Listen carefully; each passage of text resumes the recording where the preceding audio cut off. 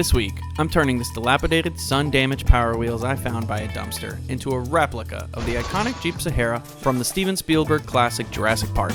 With a new tool and a bit of learning, I'm going to transform one family's trash into memories my family will treasure forever. After a little vacuuming, I'm going to pull some references from the original film to see how we can adapt the style over to this Power Wheels. For that, I'm going to need a little help. Initialization complete. Travis, can you mock up a board for me with stills of the Jeep from the film Jurassic Park? No problem. Here are various stills of the 1992 Jeep Wrangler YJ Sahara used throughout the film. Thanks. Fun fact, the red stripe was a deliberate addition to discourage Triceratops from attacking the vehicles. No kidding. Okay, let's scan the blue Power Wheels and see if we can match the paint scheme as close as possible. Beginning scan now.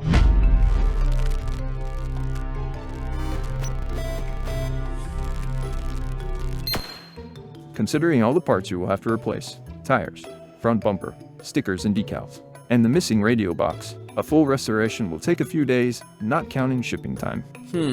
How much does all that retail for? $294.87. Travis, let's keep this simple.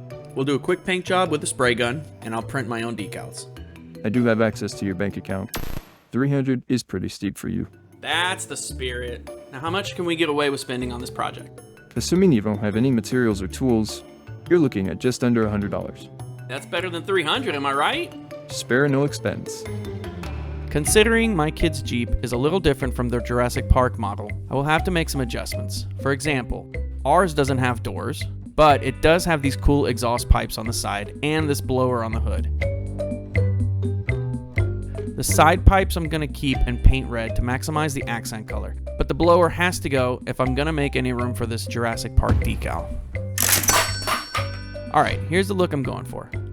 But first, this Jeep needs a lot of cleanup. I'll start by removing all the decals.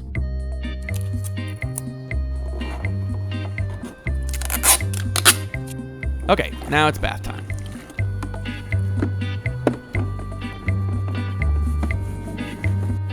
The next step is to scuff everything down with a Scotch Brite pad. After a quick wipe down, I'm ready to mask all the areas that are not getting painted.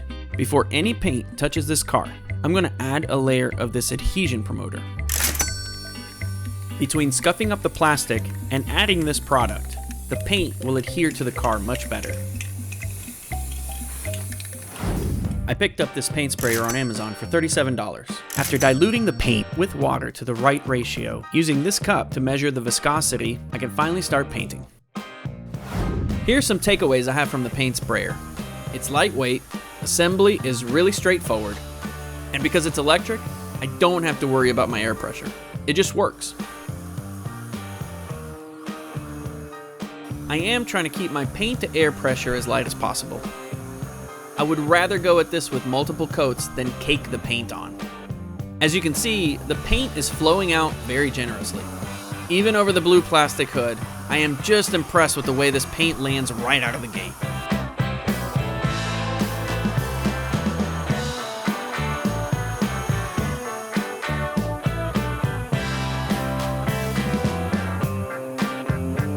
Alright, get ready for my first disaster.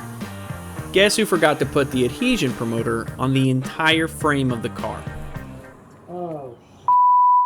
Well, now you get to see what it looks like when you spray paint on a plastic surface without any medium to help adhere it. As you can see, the paint just congeals and doesn't really absorb to the material evenly. Back to this stuff. After some cleanup and finally adding the adhesion promoter, I'm ready to get back into painting.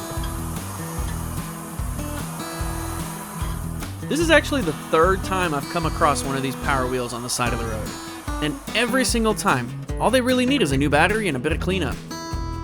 It's crazy to think about how much perfectly good stuff ends up in the trash. But it is a good reminder that sometimes a little time and effort can keep things functional and out of the landfill. Get ready for this guy to make all kinds of problems for himself right here.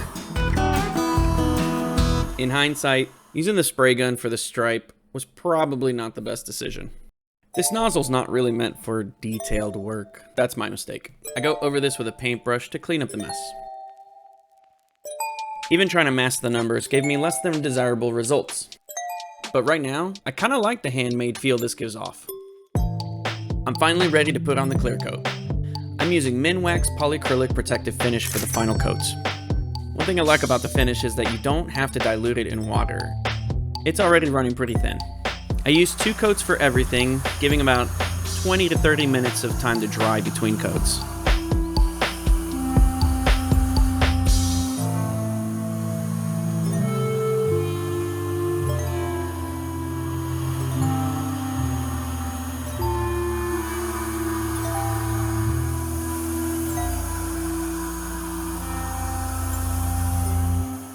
Considering this is my first time ever using a spray gun, everything is looking really nice and shiny. Alright, the last thing is to make the stickers and put it all back together. I'm going to take some quick measurements to make sure the decals and stickers all line up. Here's a quick time lapse of how I made the stickers in GIMP.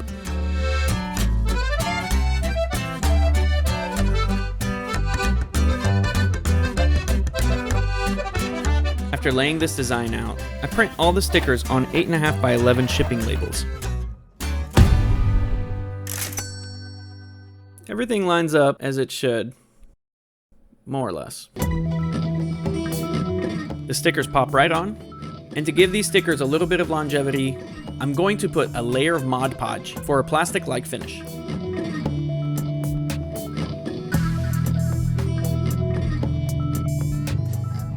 Now, it's time to screw in every single one of these pieces back together. Just kidding. We're gonna do this movie magic fast. And with the final touch, I present to you the JP Wagon.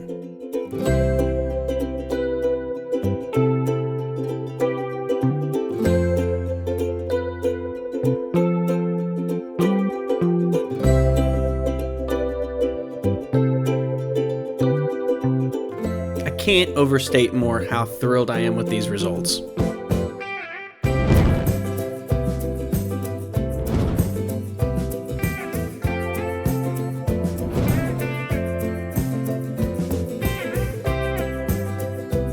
And someone else was really excited about their new ride.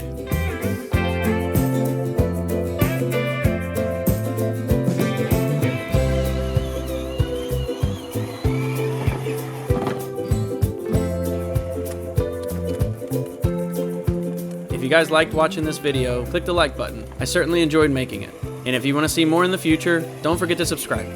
We'll see you next time.